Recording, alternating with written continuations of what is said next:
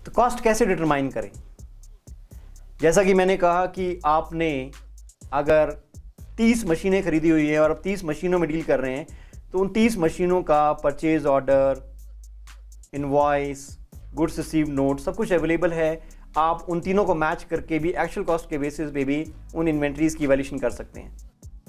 पर अगर आप लार्ज और इंटरचेंजेबल इन्वेंट्रीज में डील करते हैं तो उसके लिए दो ट्रेडिशनल मेथड्स अवेलेबल हैं, वो है फीफो और वेटेड एवरेज, और नई मॉडर्न टेक्निक्स भी हैं जिसके बेसिस पे भी आप वैल्यूएशन कर सकते हैं। अगर आप मैन्युफैक्चरिंग ऑर्गेनाइजेशन है तो आप स्टैंडर्ड कॉस्टिंग की टेक्निक भी यूज़ कर सकते हैं, जो कि एक मॉडर्न कॉस्टिंग टेक्निक है। और आप रिटेल के बिजनेस में हैं तो आप रिटेल मेथड भी यूज़ कर सकते हैं। स्टैंडर्ड कॉस्टिंग की टेक्निक मॉडर्न कॉस्टिंग टेक्निक है जो हम मैन्युफैक्चरिंग ऑर्गेनाइजेशन में यूज़ कर सकते हैं। अगर हमारे तजुर्बे के बेसिस पे हमारे पास एक स्टैंडर्ड कॉस्ट कार्ड डेवलप हो चुका है जिसके बेसिस पे हम इन्वेंट्रीज की वैल्यूएशन कर सकते हैं स्टैंडर्ड कॉस्टिंग यूज़ करके, कि अगर मैं एक यूनिट बनाता हूं तो उसके ऊपर डायरेक्ट मटेरियल का इतना खर्चा है, डायरेक्ट लेबर का इतना खर्चा है, डायरेक्ट एक्सपेंसेस इतने खर्च होते हैं, वेरिएबल प्रोडक्शन ओवरहेड्स इतना खर्च होता है। अगर मैं एब्जॉर्प्शन कॉस्टिंग यूज़ कर रहा हूँ तो फिक्स्ड ओवरहेड्स पर यूनिट कितना खर्च होगा, कल को मैं डील कर लेता हूँ अंडर एंड ओवर एब्जॉर्प्शन को भी, और मैं अपनी अकाउंटिंग कर सकता हूं स्टैंडर्ड कॉस्ट कार्ड के बेसिस पे। अगर मैं रिटेल के बिजनेस में हूं तो मुझे पता है कि मैं कितना मार्जिन कमाता हूं। अगर मैं 20% मार्जिन कमाता हूं और मेरी इन्वेंट्रीज की सेलिंग प्राइस मुझे पता है वो है 5 लाख रुपए, और मैं इन्वेंट्री की वैल्यूएशन करने जा रहा हूं, तो जाहिर सी बात है 5 लाख में अगर 20% का मार्जिन है तो 4 लाख रुपए की कीमत की इन्वेंट्रीज मेरे पास हैं। मैं रिटेल मेथड के बेसिस पे भी ये वैल्यूएशन कर सकता हूं। ज़रूरी नहीं है कि मैं हर इन्वेंट्री को चेक करूं, फीफो वेटेड एवरेज उनके ऊपर लगाऊं। डायरेक्टली अगर मेरा मार्जिन फिक्स्ड है तो मैं टोटल सेलिंग प्राइस में से मार्जिन को कम करके भी इन्वेंट्रीज की कॉस्ट के बारे में पता कर सकता हूँ।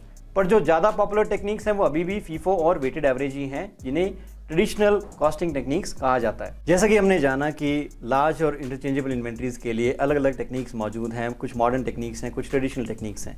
अगर इन्वेंट्रीज लार्ज और इंटरचेंजेबल नहीं है तो हम एक्चुअल कॉस्ट के बेसिस पे उनका मेजरमेंट कर सकते हैं। बट अगर लार्ज और इंटरचेंजेबल है तो मॉडर्न टेक्निक्स में रिटेल और स्टैंडर्ड मैथड, और ट्रेडिशनल टेक्निक्स में हमारे पास वेटेड एवरेज और फीफो मैथड अवेलेबल है। फीफो में हम क्या मानते हैं, हम अज्यूम करते हैं, जैसा कि मैंने पहले बताया कि हकीकत में ऐसा नहीं है कि आप स्टोर खाली करने बैठ जाओ कि जो इन्वेंट्री पहले आई है उसे मैं पहले बेचूंगा। हम अज्यूम करते हैं कि जो इन्वेंट्री पहले आई है वो पहले बिक गई होगी, जो इन्वेंट्रीज बची हुई है वो उन कीमतों की हैं जो हमने बाद में खरीदी। उसके बेसिस पे हम फीफो की वैल्यूएशन करते हैं। वेटेड एवरेज सीधा सा है।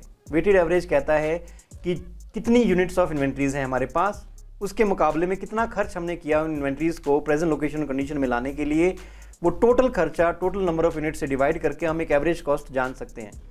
वेटेड एवरेज में भी ये हो सकता है कि हम जब भी नई इन्वेंट्रीज आती हैं तब हम उन्हें बार बार उनकी एवरेज वैल्यू निकालने की कोशिश करते हैं कि कितनी इन्वेंट्रीज है हमारे पास, कितनी कीमतों की पहले थी, नई इन्वेंट्रीज किस कीमत पे आई हैं, उनके बेसिस पे हम बार बार उनकी एवरेज कॉस्ट पर यूनिट पता करते हैं। या हम साल में एक बार भी कर सकते हैं कि इस साल के दौरान कितनी यूनिट्स ऑफ इन्वेंट्रीज आई और कितना खर्च हमने इन्वेंट्रीज के लिए किया, उसके बेसिस पे एक एवरेज कॉस्ट पर यूनिट निकल के आती है।